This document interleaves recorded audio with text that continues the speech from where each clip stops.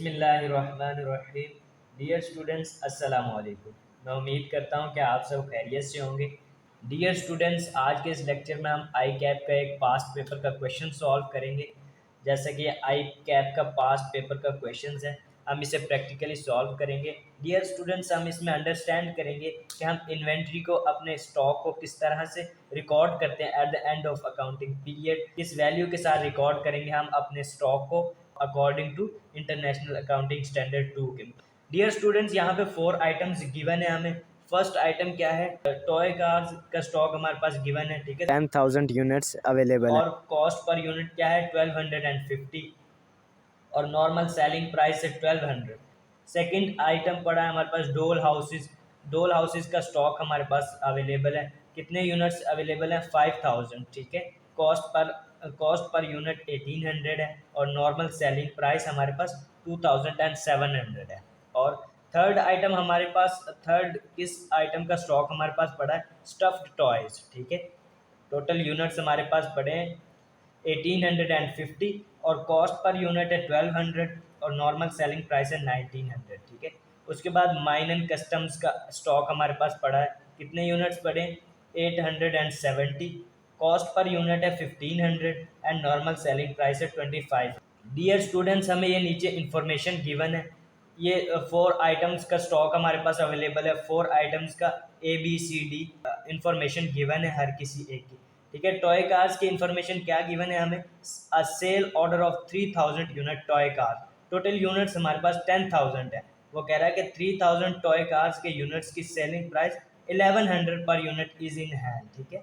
1100 के हिसाब से 3000 टॉय कार्स की सेलिंग प्राइस हमारे पास गिवन है, हमारे हाथ में है, ठीक है। उसके बाद कह रहा है the remaining units can be sold at normal selling price after incurring selling cost of 150 per unit.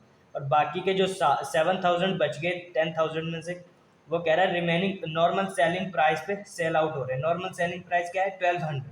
Normal selling price पे सेल आउट हो जाएंगे आफ्टर 150 पर यूनिट, यानी कॉस्ट भी हमारी इनकर हो रही है 150 के हिसाब से पर यूनिट, ठीक है। उसके बाद वो नॉर्मल सेलिंग प्राइस पे सेल आउट हो जाएंगे। डियर स्टूडेंट्स, अब इसके हम वैल्यूएशन किस तरह से करेंगे?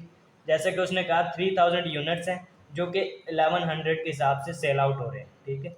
उनका टोटल आ गया हमारे पास। उसके बाद वो कह रहा है 7000 यूनिट्स नॉर्मल सेलिंग प्राइस पे सेल हो रहे हैं, इनका टोटल आ गया। लेकिन वो कह रहा है कि नॉर्मल सेलिंग प्राइस पे सेल हो रहे हैं after incurring 150 cost per unit, ठीक है। तो 7000 को मल्टीप्लाई कर देंगे 150 के साथ, तो ये टोटल कॉस्ट आ गई। इस कॉस्ट के बाद वो कह रहा है कि नॉर्मल इस वैल्यू पर सेल आउट होंगे, ठीक है। अब ये कैलकुलेशन हम कर लेते हैं।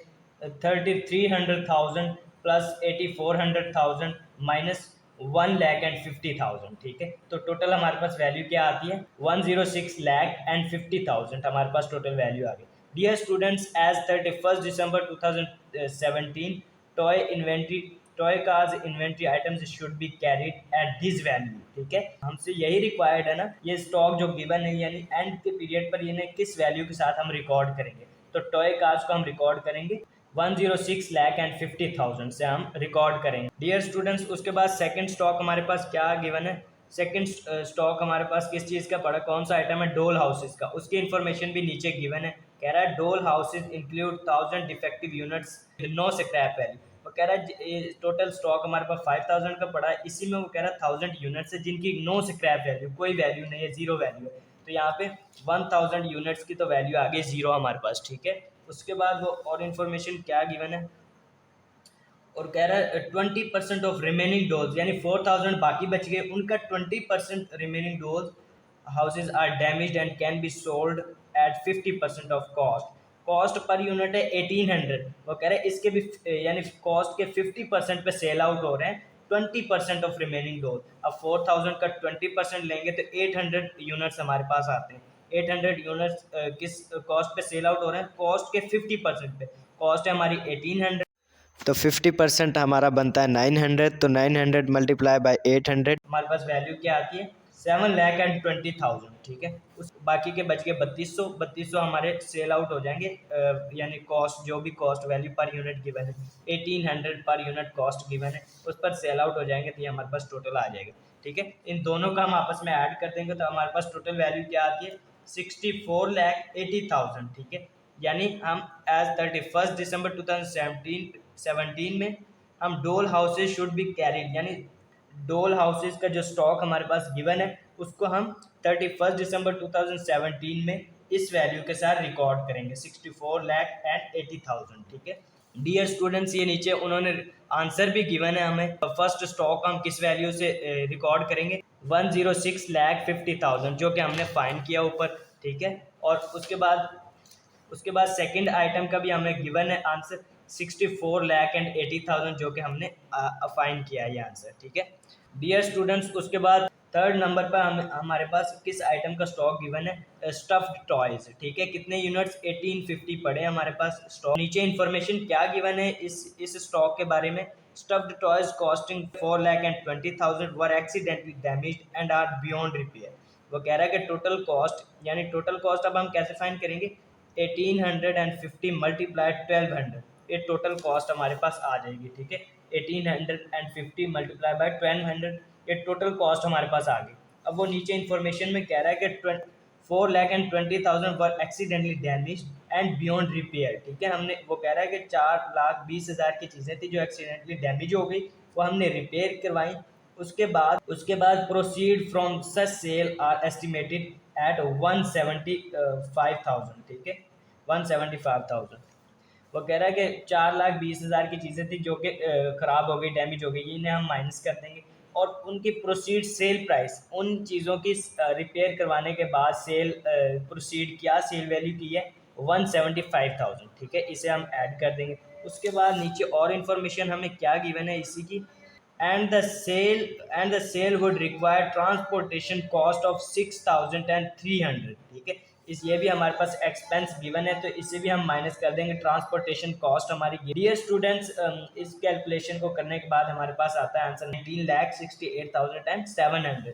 ठीक है हम यानी एज 31 दिसंबर 2017 पे स्टफ्ड टॉयज का स्टॉक हम इस वैल्यू के साथ रिकॉर्ड करेंगे। ठीक है इसका भी आंसर हमें नीचे गिवन है। ठीक है स्टफ्ड टॉयज को हम किसके साथ रिकॉर्ड करेंगे 19,68,700 जो कि हमने फाइंड किया है। ठीक है डियर स्टूडेंट्स, नंबर 4 पे हमारे पास माइनियन कस्टम्स का स्टॉक अवेलेबल है।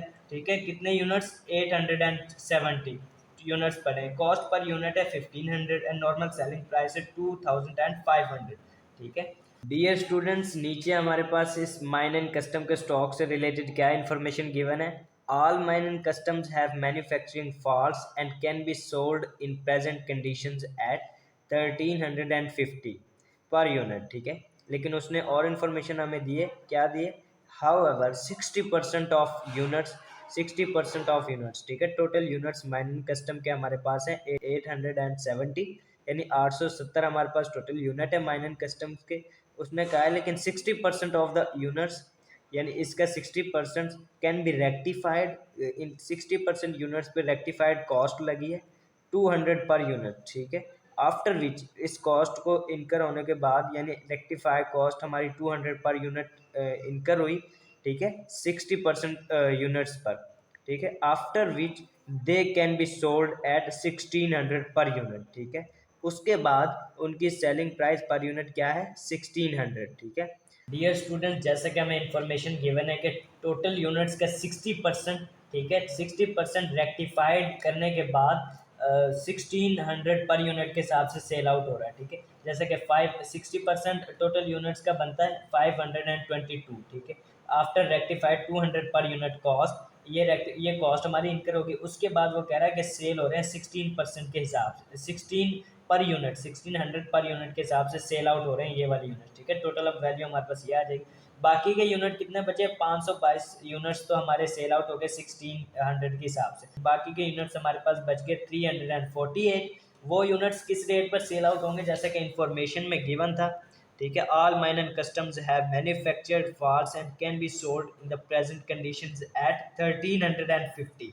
ठीक है 1350 के हिसाब से बाकी के सेल होंगे तो 348 यूनिट 1350 के हिसाब से सेल आउट हो गए तो टोटल हमारे पास वैल्यू आ गई है। ठीक है डियर स्टूडेंट्स, अब इसका हम इसमें से हम माइनस कर देंगे। ठीक है जो रेक्टिफाइड हमारी कॉस्ट लगी है 200 पर यूनिट के हिसाब से, उससे माइनस करने के बाद हम इसे भी ऐड कर देंगे, इन दोनों वैल्यूज़ के ऐड करेंगे और इस वैल्यू को हम माइनस कर देंगे तो हमारे पास वैल्यू आएगी 12,06,000, ठीक है। हमारे पास टोटल वैल्यू क्या आएगी 12,06,000, ठीक है।